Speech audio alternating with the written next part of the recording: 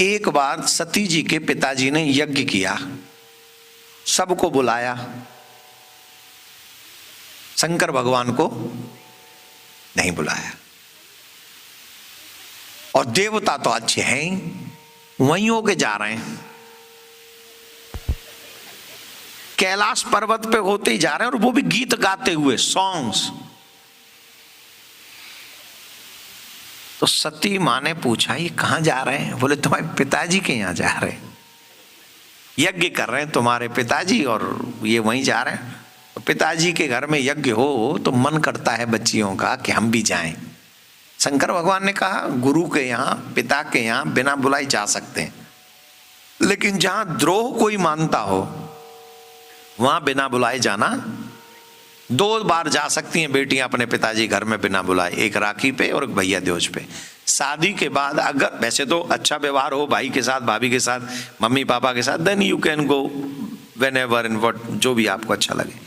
लेकिन जहां कोई द्रोह मानता हो, जैसे भाभी आ गई ऐसी चिढ़ने वाली, या भैया ही है चिड़ाकू, वो भैया ही वो अलग ही ऊदम में बैठा है, उसकी अलग ही टुन्नक चल रही है, तो ऐसी जगह फिर बिना बुलाए जाना, चाहे शादी भी हो तो भी बिना बुलाए नहीं जाना चाहिए।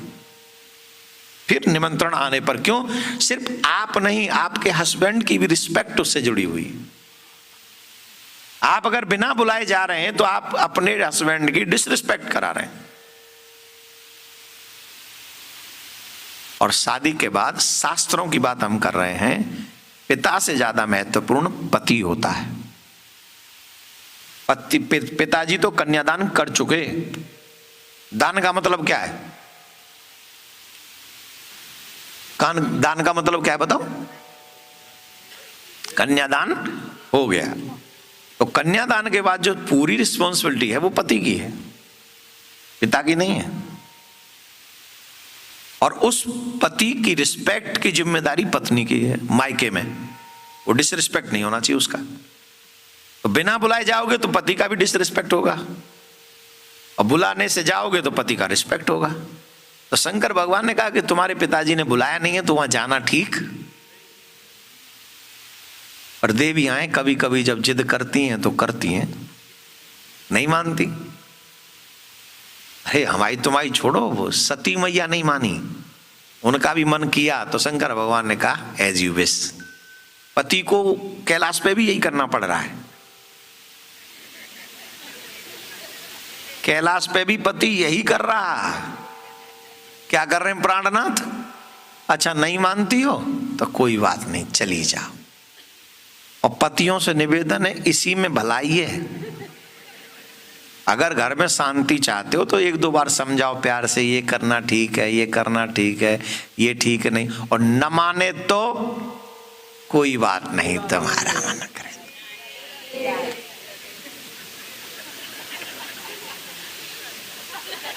ट्राई टू अंडरस्टैंड, ठीक है?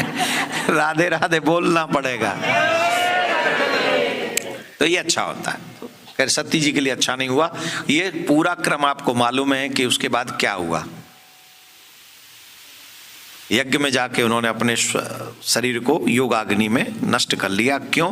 क्योंकि शंकर भगवान का अपमान वहां हुआ कि वहां स्थान ही नहीं है। और तब सती मां को लगा कि जो बाबा कह रहे थे वो सही कह रहे थे, गलती कर गए हम। सोचो, शंकर भगवान का अपराध करने वाले के द्वारा दिया हुआ शरीर भी सती मां ने नष्ट कर दिया। यहां पर एक बात हम सबसे कहना चाहेंगे,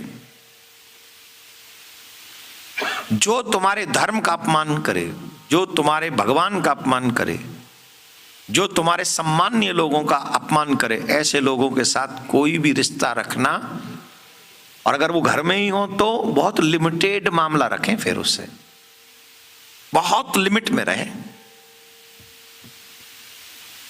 वही मां सती पार्वती के रूप में अवतरित हुई।